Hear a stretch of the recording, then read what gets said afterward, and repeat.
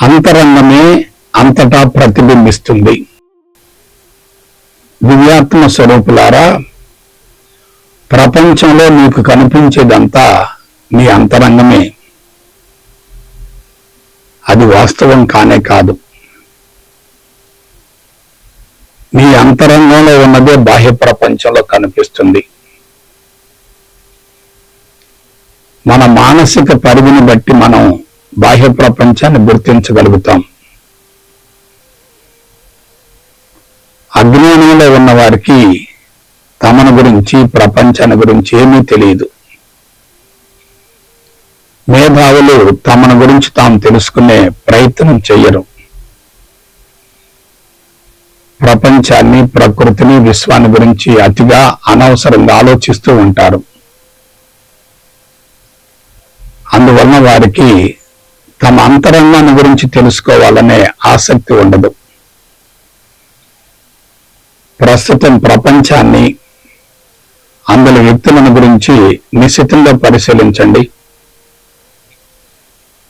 అందరూ బాహ్యముఖ ప్రయాణంలో జీవిస్తూ, బంధాలను పెంచుకుంటూ,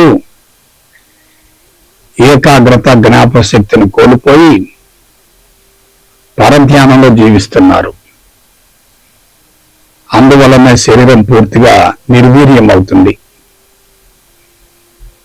దీర్ఘకాలిక రుగ్మతలు సంభవించి జీవితాన్ని బలవంతంగా మధ్యలోనే ముగించవలసిన పరిస్థితులు ఏర్పడుతున్నాయి. అంతకు మించిన దురదృష్టం మరొకటి ఏముంటుంది? అందుకే అంతరంగాన్ని సరిచేసుకోవాలి తప్ప బాహ్య ప్రపంచాన్ని గురించి ఆలోచించవలసిన అవసరం ఉండదు. అంతరంగమే అంతటా ప్రతిబింబిస్తుంది. దివ్యాత్మ స్వరూపులారా, ప్రపంచంలో మీకు కనిపించేదంతా మీ అంతరంగమే. అది వాస్తవం కానే కాదు. మీ అంతరంగంలో ఉన్నదే బాహ్య ప్రపంచంలో కనిపిస్తుంది. మన మానసిక పరిధిని బట్టి మనం బాహ్య ప్రపంచాన్ని గుర్తించగలుగుతాం. అజ్ఞానంలో ఉన్న వారికి తమను గురించి, ప్రపంచాన్ని గురించి ఏమీ తెలియదు. మేధావులు తమను గురించి తాము తెలుసుకునే ప్రయత్నం చెయ్యరు. ప్రపంచాన్ని, ప్రకృతిని, విశ్వాన్ని గురించి అతిగా అనవసరంగా ఆలోచిస్తూ ఉంటారు. అందువలన వారికి తమ అంతరంగాన్ని గురించి తెలుసుకోవాలనే ఆసక్తి ఉండదు. ప్రస్తుతం ప్రపంచాన్ని, అందులో వ్యక్తులను గురించి నిశితంగా పరిశీలించండి. అందరూ బాహ్యముఖ ప్రయాణంలో జీవిస్తూ, బంధాలను పెంచుకుంటూ, ఏకాగ్రత, జ్ఞాపకశక్తిని కోల్పోయి పరధ్యానంలో జీవిస్తున్నారు. అందువలనే శరీరం పూర్తిగా నిర్వీర్యం అవుతుంది.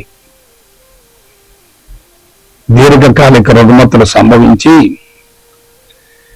జీవితాన్ని బలవంతంగా మధ్యలోనే ముగించవలసిన పరిస్థితులు ఏర్పడుతున్నాయి. అంతకు మించిన దురదృష్టం మరొకటి ఏముంటుంది? అందుకే అంతరంగాన్ని సరిచేసుకోవాలి తప్ప బాహ్య ప్రపంచాన్ని గురించి ఆలోచించవలసిన అవసరం ఉండదు. అంతరంగమే అంతటా ప్రతిబింబిస్తుంది. దివ్యాత్మ స్వరూపులారా, ప్రపంచంలో మీకు కనిపించేదంతా మీ అంతరంగమే. అది వాస్తవం కానే కాదు. మీ అంతరంగంలో ఉన్నదే బాహ్య ప్రపంచంలో కనిపిస్తుంది. మన మానసిక పరిధిని బట్టి మనం బాహ్య ప్రపంచాన్ని గుర్తించగలుగుతాం. అజ్ఞానంలో ఉన్న వారికి తమను గురించి, ప్రపంచాన్ని గురించి ఏమీ తెలియదు. మేధావులు తమను గురించి తాము తెలుసుకునే ప్రయత్నం చెయ్యరు. ప్రపంచాన్ని, ప్రకృతిని, విశ్వాన్ని గురించి అతిగా అనవసరంగా ఆలోచిస్తూ ఉంటారు.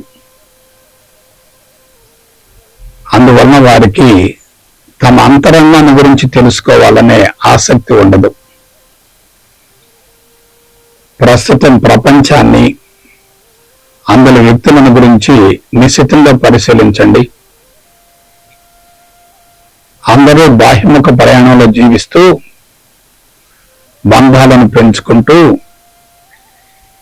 ఏకాగ్రత, జ్ఞాపకశక్తిని కోల్పోయి పరధ్యానంలో జీవిస్తున్నారు. అందువలన శరీరం పూర్తిగా నిర్వీర్యం అవుతుంది.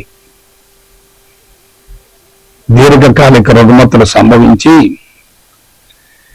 జీవితాన్ని బలవంతంగా మధ్యలోనే ముగించవలసిన పరిస్థితులు ఏర్పడుతున్నాయి. అంతకు మించిన దురదృష్టం మరొకటి ఏముంటుంది? అందుకే అంతరంగాన్ని సరిచేసుకోవాలి తప్ప